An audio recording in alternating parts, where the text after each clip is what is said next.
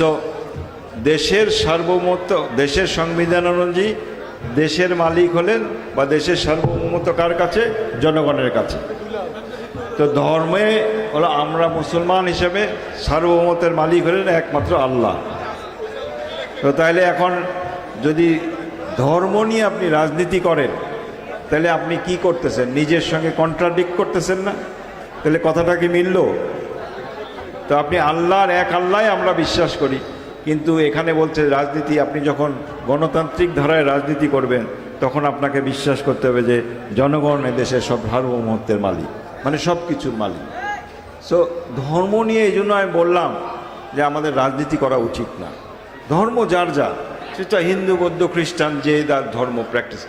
এখন ওনারা করছেন, যার জন্য ওনাদের এক সময় এক কথা বলেন, আরেক সময় আরেক কথা বলেন। আপনারা দেখেন ওই দলটা সৃষ্টি হওয়ার পর থেকে আপনারা পড়াশোনা করেন, আপনারা পড়াশোনা করলে জানতে পারবেন। আমি তথ্য শুধু দিতে চাই। দেখেন 1947-এ এই মহাভারত যখন ভাগ হয় তখন কিন্তু জামাতি ইসলামী, এই দলটা ছিল জামাতিহীন নামে পরিচিত ছিল। তখন গোটা ভারতবর্ষ ছিল। তারা 1947 সালে ওই দেশ ভাগের বিপক্ষে ছিল। মানে মহাভারত থেকে ভাগ হয়ে তখন পাকিস্তান হয়েছিল আর ভারত হয়েছিল। পাকিস্তান অংশে বেশিরভাগ মুসলমান আর ভারত অংশে আধিক্য ছিল হিন্দুদের। সেই 47 সালে কিন্তু তারা এটাকে, তখন কোনো যুদ্ধ হয়নি, তারা আপোষের মাধ্যমে কিন্তু দেশ ভাগ করেছিল, যে পাকিস্তানের দুইটা অংশ, পশ্চিম এবং পূর্ব। সেই 47-এ তারা সেই জামাতে ইসলামী হিন্দ সেটার বিরোধিতা করেছিল একবার। আপনি আসেন 1971 সালে, তাদের ভূমিকা তো আমরা সবাই জানি। তারা কি আমাদের স্বাধীনতার পক্ষে ছিল? তারা আমাদের স্বাধীনতার বিপক্ষে ছিল। এই যে আমাদের মা বোন এত মানুষ হত্যা হয়েছে, কারা তাদেরকে ধরিয়ে দিয়েছিল বলেন? রাজাকাররা। তাদের রাজাকার কারা ছিল?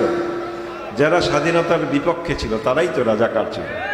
তো দেখেন 71 সালে তারা আবার গেল স্বাধীনতার বিপক্ষে। 1986 সালে আসে, মনে আছে এরশাদ সাহেবের সময়কার কথা? এরশাদ সাহেব এবং শেখ হাসিনা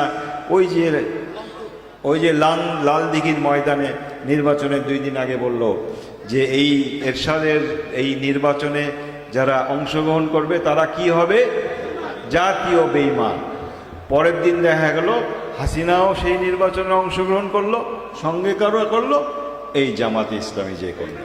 তো জাতীয় বেঈমান কে হইল? তো 3 বার তারা করলো। এরকম 1995-96 সালেও আমরা দেখেছি তারা হাসিনার সঙ্গে বসে একসঙ্গে বিভিন্ন আলাপ আলোচনা এবং আন্দোলন করেনি?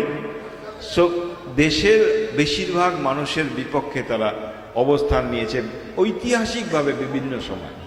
আমি তাদের দোষ দিচ্ছি না, এটা তাদের ইতিহাস থেকে বলছি যে ওনারা এটা করেছেন। আমরা তো ভাই ইতিহাস মুছতে পারবো চাইলে? আমি অতীতে যা করে আসছি সেটা তো ইতিহাস।